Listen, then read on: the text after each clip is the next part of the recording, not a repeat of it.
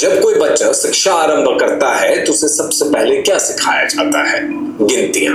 वो गिनतियां जिससे पता चलता है कि कौन सी चीज कितनी है।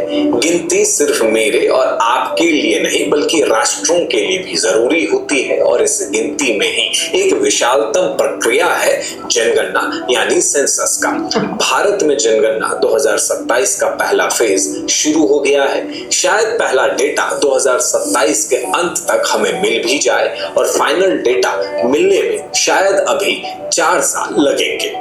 हमारे देश में लोग कितने हैं, घर कितने हैं, महिला पुरुष कितने हैं, इनसे अलग एक और सच्चाई इस जनगणना से सामने आएगी। ये सच्चाई होगी देश में लगातार घटती हिंदू आबादी की। पर मैं आपको पहले ही बता दे रहा हूं कि कैसे जनगणना में संभवतः हिंदू आबादी के घटने का ट्रेंड सामने आएगा। असल में ये वो इसी तरह ये चरसी मवाली, मेरे को तो चरसी पोड्री आईसिया लग रहा है। ये जिस तरह का इसका मुंह है ना, ये नशई इन्होंने बिठा दिया। तो ये नशई के पता होना चाहिए कि ये जो हिंदू आबादी जो घट रही है, ये सिर्फ इंडिया में नहीं घट रही है, पूरी दुनिया में घट रही है भाई। सही है। और सिर्फ तुम लोग नहीं घट रहे हो, दुनिया के तमाम रिलीजन घट रहे। सिर्फ मुसलमान जो है, मुस्लिम जो है वो जा रहे, बाकी सब डिक्लाइन फेस में। इन सब का एंड होना है। जितनी कल्टें बनी हुई है, नॉन मुस्लिम जितने भी हैं, इन सब ने एक ना एक दिन इनकी नस्लों ने आके, किसी ने खुद कर लेना है और किसी ने फिर लड़के करना है। ये जो है ये पार्टियां ऐसी है भाई, ये आएंगे इनके घर पे, घर की सीता उठा के दे देंगे। अब तुम्हारी आबादी अगर खत्म हो रही है तो ये कोई आज का मसला नहीं है, ये राम के साथ भी था। वो बीवी का दलाल जो राम इनका काला भगवान है, उसको वो इरेक्टाइल डिसफंक्शन का मरीज था, उसका ये औजार में जान नहीं थी। जब ये सीता गोद भराई की रस्म के लिए रावण के पास गई थी, ये उनकी माँ, मतलब नाजायज बच्चे हैं और इनको अपने बाप का नहीं पता कि इनका बाप रावण था। जो एक इशू मेरा बताने का जो रेस करने का वो ये था कि हिंदुओं में 80% है कि वो इरेक्टाइल डिसफंक्शन के मरीज है, जब इनका फर्टिलिटी रेट भी ये है। एक हिंदू औरत का 1.3 बच्चे पैदा करने की एक औसत है। क्यों है? अबे जब गाय का मूत और गोबर खाओगे, घास फूस खाओगे बकरी की तरह, तो फिर जान भी तो तुम्हारी बकरी की तरह होगी। दूसरे बच्चे में हिंदुओं के यहाँ पे क्या होता है? अक्सर ऐसा होता है कि औरत की जान चली जाती है, फिजिकली वीक है। पहली बात तो 2 बच्चे करने के लिए हिंदू का होना भी लाजिम है। हिंदू होगा नहीं, कोई दूसरे रिलीजन का होगा जो जिसका टेस्टोस्टेरोन लेवल ज्यादा होगा। हिंदू तो इरेक्टाइल डिसफंक्शन का मरीज है, उसका तो औजार ही जवाब दिया हुआ है। ये राम के दौर से चला रहा है। राम का अगर टेस्ट हो जाता उसी टाइम, दूध का दूध और पानी का पानी हो जाता है, वो छक्का था राम। नई बात नहीं है। जब से आजाद भारत में जनगणना शुरू की गई है तब से हिंदू लगातार इस देश की आबादी में अपना हिस्सा खोते जा रहे हैं। दशक दर दशक इस देश में हिंदू उसी तरफ बढ़ रहा है जिसकी लगातार चिंता जताई जा रही है और नई जनगणना संभवतः इस बात को और स्पष्ट तौर पर दीवार पर लिख देगी। हो सकता है आपको मेरी बातें अभी तक ऐसी लग रही हो जो हर हिंदू ग्रुप की रैली में होती है, लेकिन रुक जाइए, हो नहीं सकता है। तू चर्सी आया भी वहीं से ही है। ये कोई कोरी गप नहीं बल्कि मैं आपको कुछ डेटा बताऊंगा।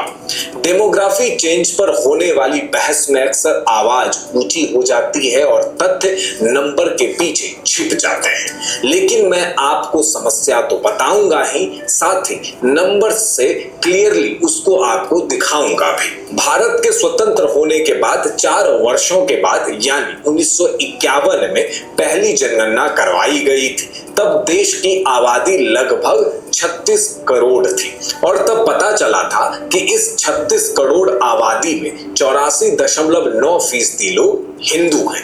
ये भी सामने आया था कि बंटवारे के बावजूद मुस्लिम आबादी इस देश में 9.9% का हिस्सा रखती है। लेकिन हमारी कहानी यहाँ खत्म नहीं। अच्छा, यहाँ पे खत्म नहीं हुई। यहाँ पे एक सवाल और पैदा हुआ है भाई। जो दलित है वो अपने आप को हिंदू नहीं मानता, ये उसको हिंदू में काउंट करते हैं। वो अपने आप को बुद्धिस्ट मानता है। सही है भाई, शुदर बुदर जो है ये हिंदू मानते हो तो माने। सवाल ये पैदा होता है, तुम्हारी सेंसस तो कास्ट बेस पे होनी चाहिए ना। तुम्हारे तो रिलीजन में कास्ट है भाई। मुसलमान में तो उम्मा कॉन्सेप्ट है, मुस्लिम तो मुस्लिम है, चाहे काला गोरा कोई भी हो। तुम्हारे यहाँ तो कास्ट सिस्टम है, शूद्र ब्राह्मण ट्राह्मण जो भी है, तुम्हारी तो सेंसेस इस पे होनी चाहिए। तो हम तो देखो सबको पेलेंगे, चाहे शूद्र हो, चाहे दलित पलित हो, चाहे ब्राह्मण गाय का मूत पीने वाला हो, या राजपूत वो जो टांग उठाने वाला हिंदू हो, हम तो पेलेंगे सबको। लेकिन तुम्हारे यहाँ पे टेक्निकल तौर पे अगर देखा जाए तो कास्ट सिस्टम पे होनी चाहिए सेंसस। हिंदू क्या है? हिंदू मायने तो काला गुलाम है। हिंदू कोई रिलीजन तो नहीं है भाई, मुसलमान तो रिलीजन है, सब टोपी पहनेंगे, सब एक अल्लाह को मानेंगे। तुम्हारे यहाँ तो हर स्टेट में जाके कपड़े चेंज हो जाते हैं, भगवान की पूजा चेंज हो जाती है, पूजा करने के तरीके चेंज हो जाते हैं। अब ये तो कल्चरल है भाई, रिलीजन थोड़ी है, तो कल्ट हुई ना। बल्कि यहां से शुरू होती है। इसके बाद एक एक करके जब 1951 से 2011 तक जनगणना हुई तो हर बार एक ही ट्रेंड देखने को मिला। हर बार हिंदुओं का शेयर कम हुआ, मुसलमानों का शेयर बढ़ गया, और ये सरकारी आंकड़े कहते हैं। अबे तो अगर तुम्हारी सीताएं मुसलमान हो रही है, या तुम्हारे जो गाय का मुंह छोड़ के थोड़ा पढ़ने लग जाए, वो बाहर जाके ओवरसीज जाके वो मुसलमान हो रहे, तो इसमें हमारी गलती थोड़ी है भाई। ये अपनों को ही तू गम सुना, इसमें हमारा क्या लेना देना है भाई। डेटा क्या कहता है? डेटा कहता है कि जो हिंदू इस देश में 1951 में 84.9% हिस्सा रखते थे, वो 1961 में 83.5% हो गए। लेकिन मुस्लिम 9.9% से 10.7% हो गए। यानी बंटवारे के बाद आजाद भारत की जनगणना के पहले ही दशक में हिंदू अपना हिस्सा खोने लगे थे। और शायद आपको ये नंबर ज्यादा डिफरेंस का ना लग रहा हो। आपके मन में शायद ये विचार आ रहे होंगे कि आखिर 1% का ही तो चेंज है, इस पर इतना हल्ला क्यों करना। जी नहीं, मजा तो तब आएगा जब 2050 में सेंसस हो रही होगी, 10 करोड़ हिंदू होंगे और भगवान होंगे 33 करोड़। सवाल मतलब मेरा ये जहन में उठ रहा है कि ये डिवीजन किस तरह करेंगे? 33 कोटि होगी भाई, 33 करोड़ भगवानों को पूजने के लिए 10 करोड़, मतलब भगवानों की क्वांटिटी ज्यादा हो गई, सही है, सरपास कर गए, और इंसानों की उसको मानने वालों की तादाद कम हो गई। ये दौर भी आने वाला है इन पे। चेंज ऐसे ही होता है। मैं आपको जब फाइनल डेटा दूंगा तो आपको पता चलेगा कि ये 1% आखिर में कितना बड़ा फर्क डालता है। अब एक एक करके 1971, 1981, 1991, 2001 और 2011 का डेटा बताता हूं। 1971 में हिंदू और घटकर 82.7% पर आ गए, जबकि इस बार मुस्लिम 11.2% को क्रॉस कर गए। इसी तरह 1981 में हिंदू 82.61% पर आ गए, जबकि मुस्लिम 11.36% पर। 1951 में हिंदू 82.4% हो गए, तो मुसलमान 12% का नंबर क्रॉस करके 12.12% हो गए। यानी लगातार 1951 से लेकर 1991 तक ट्रेंड एकदम चेंज नहीं हुआ। इनफैक्ट मुस्लिमों का नंबर और तेजी से बढ़ने जरूर लगा। अब बारी आती है 21वीं शताब्दी की, यानी 2001 और 2011 का।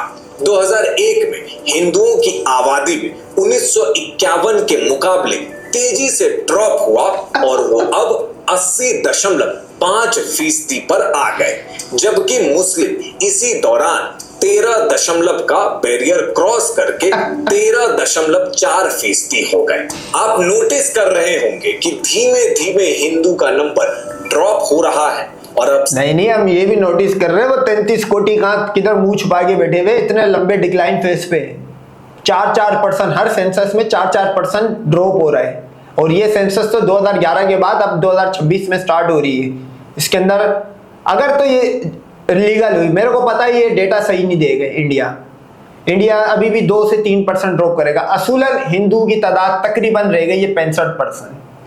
बाकी क्रिश्चियन और इस्लाम का राइज हुआ है, क्रिश्चियन भी बहुत फैले। ये बात भी हकीकत है कि अब जो सेंसस में आएगा उसमें क्रिश्चियन भी अच्छे खासे इंडिया में फैले हुए होंगे, मुसलमान तो फिर आपको पता है अनस्टॉपेबल है। चाहे जापान हो, चाहे उन कंट्रीज में भी इस्लाम आ गया जिन कंट्रीज में एक मस्जिद थी, जापान। तो इस्लाम ने तो फैलना ही फैलना है, वो तो उसका तो कोई तोड़ ही नहीं है ना भाई। दुनिया के तकरीबन 4,500 रिलीजन थे भाई, कहाँ है आज? गिनती के रह गए होंगे, सब उड़ गए मिट गए। वो भी यही सोचते थे कि उनका भगवान एग्जिस्ट करता है। तो तुम्हारे भगवानों की तादाद 33 करोड़ थी, लानत भेजो उन 33 करोड़ों पे कि तुम्हारी तादाद भी नहीं, चलो बढ़ा नहीं रहे तो कम से कम एक जगह स्टेबल कर दे, रोक दे, वो भी नहीं कर पा रहे भाई। सबसे लेटेस्ट और सबसे शॉकिंग फिगर सुन लीजिए। 2011 में हुई जनगणना में पता चला कि हिंदू अब इस देश में 80% के नीचे आ चुके हैं और अब वो 79.8% हो चुके हैं। इसी बीच मुस्लिम फिर से बढ़कर 14.8% हो चुके हैं। अब आपको हर जनगणना पे जो नंबर सिर्फ 1% या कुछ पॉइंट्स में घटता हुआ दिख रहा होगा, वो 1951 से 2011 के बीच जानते हैं कितना चेंज हुआ? 5%। जी हाँ, इस देश में हिंदू की आबादी में 1951 से 2011 के बीच का हिस्सा 5% से भी कम हो गया, जबकि मुस्लिमों का हिस्सा इतना ही इस देश में बढ़ गया। और ऐसा इसलिए हुआ कि जिस स्पीड से देश की जनसंख्या दशक दर दशक बढ़ी, उससे कहीं ज्यादा स्पीड से मुस्लिम बढ़े, जबकि Hindu national average growth rate से कम के स्पीड से बढ़े। डेटा कहता है कि 1951 से लेकर 1991 तक। अबे तो अब तुम्हारे औजारों में जान नहीं है तो इसका ठेका दुनिया थोड़ी रहेगी भाई, वो उसका ठेका दुनिया थोड़ी रहेगी। अगर तुम्हारा खड़ा नहीं होता, ये तुम्हारी आज की प्रॉब्लम तो है ही नहीं भाई, ये तो राम के दौर से चली आ रही। तुम्हारे भगवान के औजार में जान नहीं थी। सीता का फेयर क्यों चला था? क्योंकि सीता की आग नहीं बुझा पा रहा था। हालांकि वो 6 साल की थी, लेकिन उसमें इतनी आग थी कि इसकी तलाश में श्रीलंका निकल गई सीता। तो कहने का मतलब ये है कि भाई अगर आपके अंदर जान नहीं है तो इसमें हमारा थोड़ी कसूर है भाई। हाँ, तुम्हें एक ऑफर मैं देता हूँ, हिंदू बढ़ाने, क्योंकि तुम भी वही हो भाई, कोई मुगल ये जो है ये अपनी ग्रैंड मदर से जाके पूछे तो इसकी ग्रैंड मदर बताएगी हाँ मैं भी गजनी के बाजारों में तकरीबन 5-10 रुपए में बिकी थी। ये खुद किसी मुसलमान की नाजायज औलाद होगा, ये चरसी मवाली जो भी है। मेरे को तो पोट्री लग रहा, सुनने वाला भी करता ही है। तो हाँ, तुम्हें एक ऑफर जो मैं दे रहा था वो ये है कि भाई अगर नहीं हो रहा है एक से ज्यादा तो अपनी घर की सीताएं भेज दो। और तुम्हारे यहाँ तो रिवाज भी है भाई, चाहे औरंगजेब के महल में या गौरी के महल में तुम लोग भेजते रहे हो। फिर इसी तरह जो तुम्हारी ऑफिशियल माँ है सीता, 6 साल वाला केस, वो तुमने वहां पे गोद भराई के लिए भेज दिया था किधर? रावण के पास। वो तो बुद्धिस्ट था भाई, उसको बोल दिया ब्राह्मण था, हालांकि वो तो बुद्धिस्ट था रावण। तो हमें हमारे पास भेज दो, हम तुम्हारी सीताओं को ऐसा प्रेग्नेंट करेंगे कि भैया घर तक बच्चे फेंकते हुए जाएगी। लगातार 5 दशक मुस्लिम 30% के ज्यादा रफ्तार से बढ़े, जबकि इस दौरान हिंदुओं की ग्रोथ रेट 20% या उससे कम रहे। मैंने आपको बताया था ना कि एक बार में ये आंकड़ा कुछ नहीं लगता, लेकिन जब आप आखिर में सुनोगे तो चौंक जाओगे। और आप और सुनिए, मुस्लिमों का नंबर और तेजी से बढ़ेगा और ये गैप धीमे धीमे सिमटता जाएगा। और ऐसा नहीं है कि इस देश में सिर्फ हिंदुओं का ही आबादी हिस्सा में घटा हो, बल्कि बाकी धर्म भी या तो घट गए या उसी जगह रहे जहां वो पहले थे।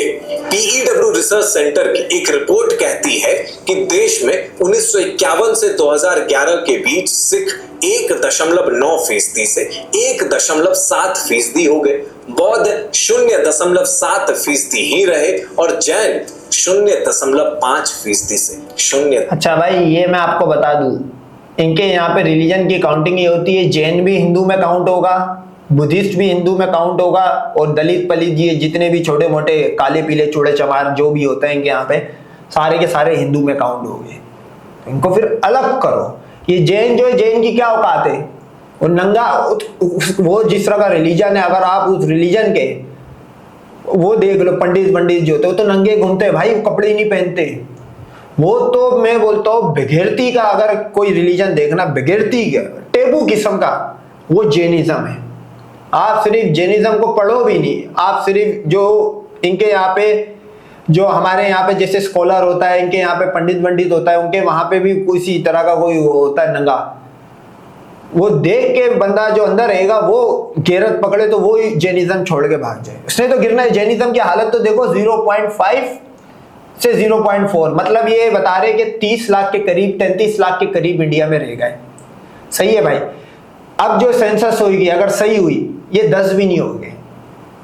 वो तो बहुत ही तो शैतानी कल्ट है जैनिज्म।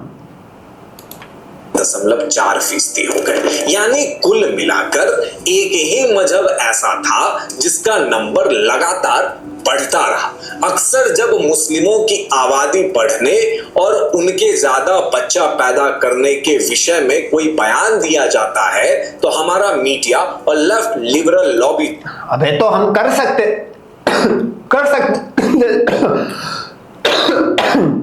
कर सकते हैं ना भाई, इसमें जान है। गाय माता खाते, बकरा खाते, फिश खाते, तुम हिजड़े घास फूस खाओगे, कहां से करोगे?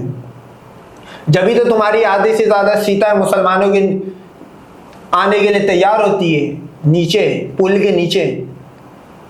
इसकी वजह तलाश करो, अपने में फॉल्ट तलाश करो कहाँ है। जब तक तुम लोग गाय नहीं खाओगे, बीफ नहीं खाओगे, यानी कि गाय माता नहीं खाओगे, हिंदू यूं डिक्लाइन फेस में जाएगा। बाकी कन्वर्जन का जो मामला भाई साहब, उसका तो कोई तोड़ नहीं है। वो तो जो भी हिंदू इंडिया से बाहर जाता है, या तो वो एथियस्ट होता है या वो मुसलमान बनता है। 2 रास्ते होते हैं उसके पास।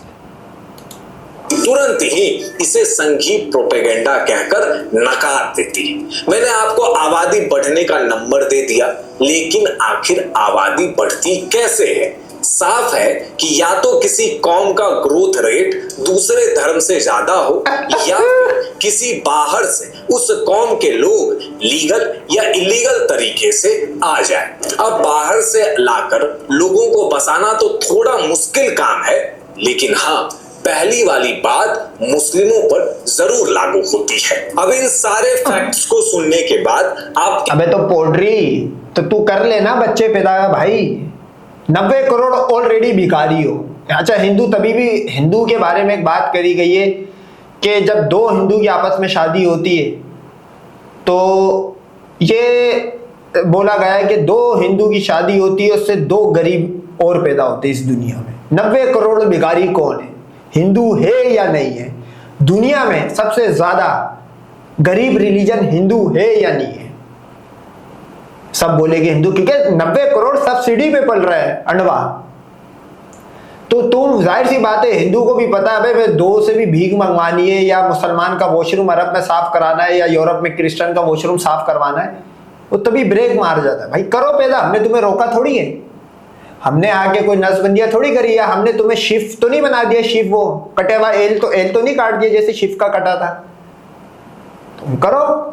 तुम्हारे यहाँ तो सीता सरस्वती वाली कहानियां भी मशहूर है भी शौकीन। करो पैदा भाई। मन में ये सवाल जरूर आ रहा होगा कि कैसे, तो इस कैसे का जवाब देता हूं। एक टर्म होता है TFR, यानी टोटल फर्टिलिटी रेट। बेसिकली 15 से 49 वर्ष की कोई महिला इन वर्षों में कितने बच्चों को जन्म देगी, वो TFR कहलाता है।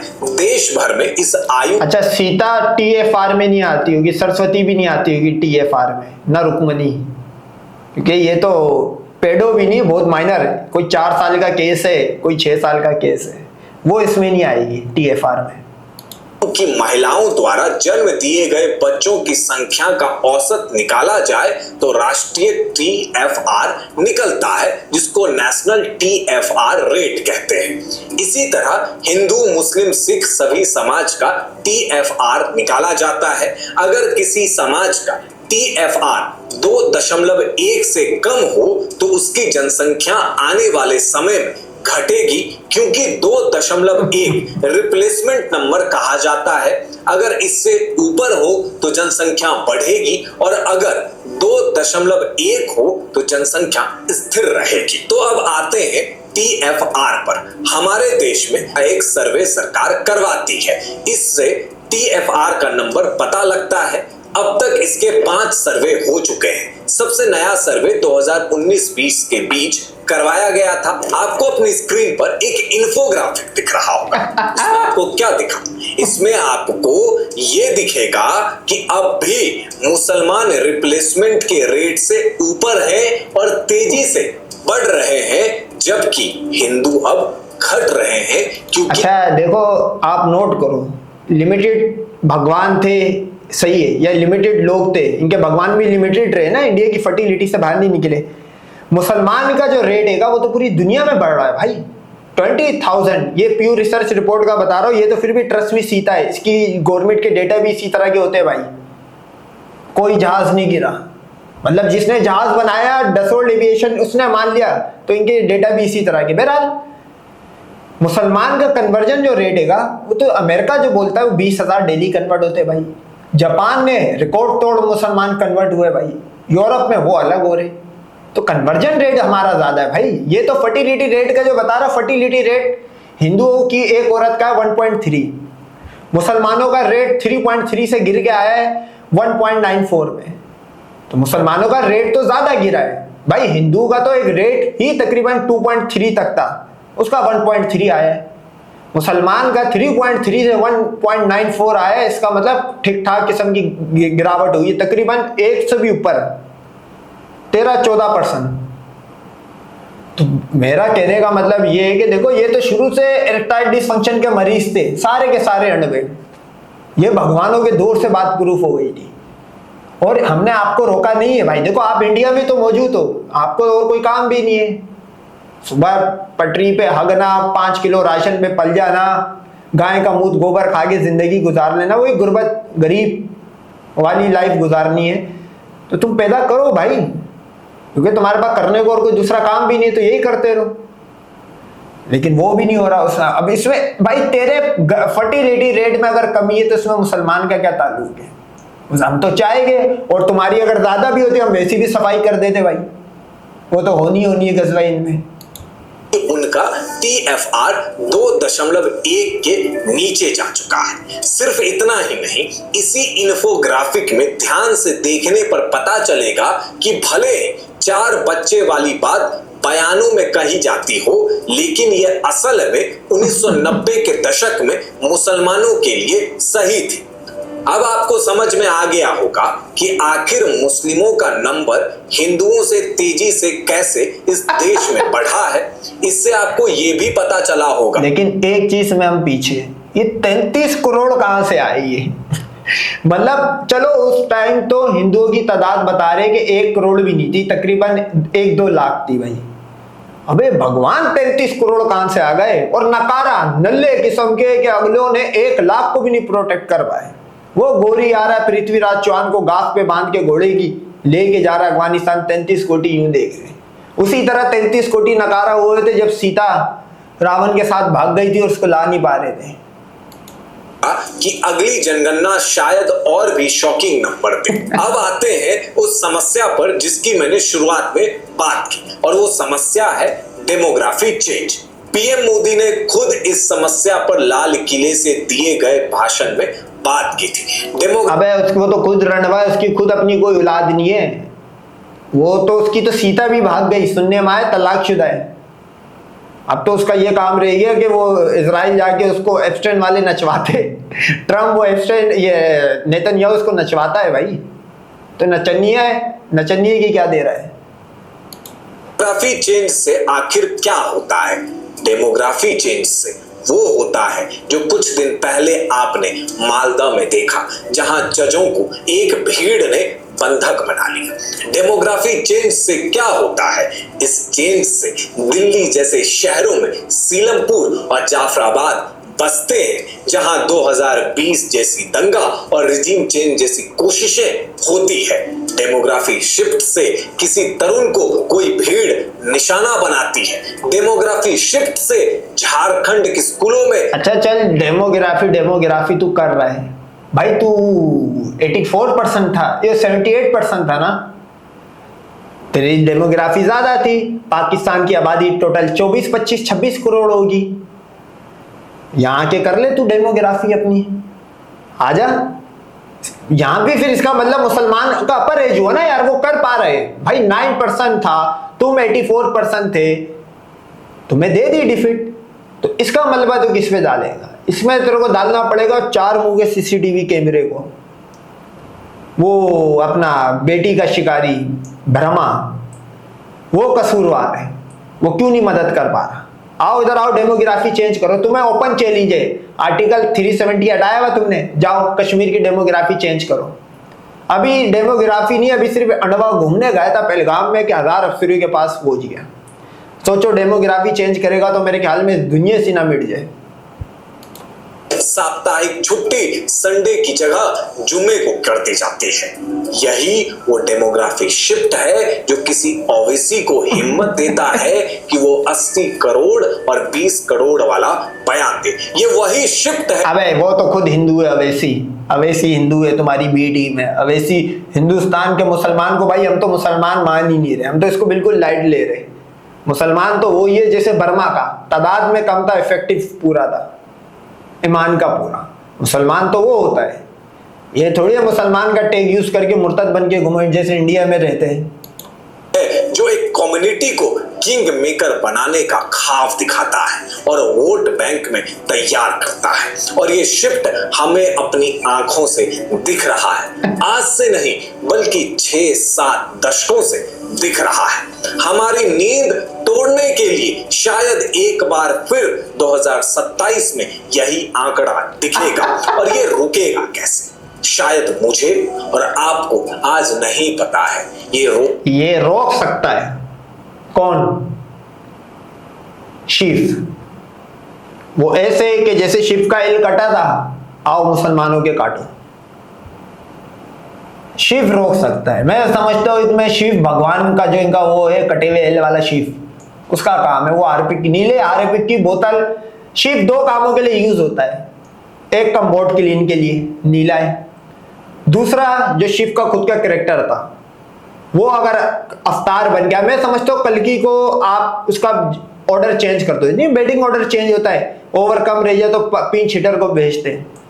मैं समझता हूँ कल्कि को अभी तुम लोग थोड़ा नीचे करो, वो थोड़ा सुस्त प्लेयर है, क्योंकि वो पता नहीं कब आएगा। मेरे ख्याल में जब एक हिंदू रह जाएगा गजवा हिंद में, वो भी यही बोल रहा होगा कल्कि आएगा, कल्कि आएगा। तो उसने तो नहीं आना, वो मुंह का फायर है। शिव को बुलाओ, ये डिपार्टमेंट शिव के पास है, देखते हैं कैसे कंट्रोल करता है शिव। रुकना है तो समाज को ही जोड़ लगाना होगा। डेमोग्राफी शिफ्ट के लिए बाहर से लाकर लोगों को बसाने वालों पर समाज को जोर लगाना होगा। चर्सी ये मैं आपको लिख के देता हूं, ये पूरी जिंदगी में एक बच्चा नहीं पैदा कर पाएगा ये चर्सी मवाली टाइप का। इसकी आंखें भी इस टाइम टून हुई हुई है। अब वल्लाह इल्लम ये गाय का मूत पी के टून हुआ है, क्योंकि इसमें अल्कोहल थोड़ा सा मिला के पैक बना के गाय का मूत का पी गया होगा ये। इसके अपने ही डेटा आ रहे भाई। ये तो बता के इस्लाम तो ग्लोबल फैल रहा है भाई। बता कौन सी ऐसी कंट्री है जहां पे इस्लाम डिक्लाइन फेस में गया हो? हम तो कई डिक्लाइन में भाई, यूरोप के अंदर क्रिश्चियन डिक्लाइन फेस में जा रहा है। तेरी तरह वो भी रोना शुरू कर दे, वो रोना नहीं शुरू करेंगे भाई। तुम हो इनसिक्योर क्योंकि तुम सबके गुलाम थे। अभी जैसे तुम जूते खा के बैठे हो, तो तू डेमोग्राफी की बात कर रहा था, तो तुम लोग 78% थे। अभी तो पाकिस्तान की डेमोग्राफी चेंज कर देते भाई। अभी तुम्हें मौका मिला था, अभी फिर मौका मिला था दिल्ली ब्लास्ट के बाद, नाम नहीं लिया गया तुमसे पाकिस्तान का। कार्रवाई के लिए दबाव बनाना होगा। सरकार पर उन लोगों को सुविधाओं से वंचित करने का दबाव बनाना होगा जो संसाधनों पर एक्स्ट्रा बोझ डालते हैं। अगर ऐसा नहीं होगा तो जुम्मे की छुट्टी संथाल परगना से निकल आपके स्कूल तक आएगी। अगर ऐसा नहीं होगा तो फिर कोई तरुण निशाना बनेगा। अगर चल कश्मीर वाली साइड में तो तरुण को, वो पहलगाम के कुत्तों को निशाना बनाने वाले तो कोई और ही थे। उनका क्या हल निकलेगा भाई? फिर 33 कोटी रगड़ाई में आ जाएगा। 33 कोटी को लाओ भाई। उन 33 करोड़ की वजह से तुम आज जलील हो रहे हो। जो कुत्ते की तरह कहीं भी पहले जाते हो, वो 33 कोटियों की देन है। उनको पकड़ो। आखिर तुम लोग ने फिर उनको रखा हुआ किस काम के लिए भाई? जब तुम्हारी मदद, 1 रुपए की मदद मेरे को हिंदू बता दे, 1 रुपए या इतनी सी माइक्रोस्कोप में लगा के देखने वाली मदद बता दे, हाँ भाई हमारे भगवान ने ये मदद करी नहीं, वो नहीं बता पा रहे।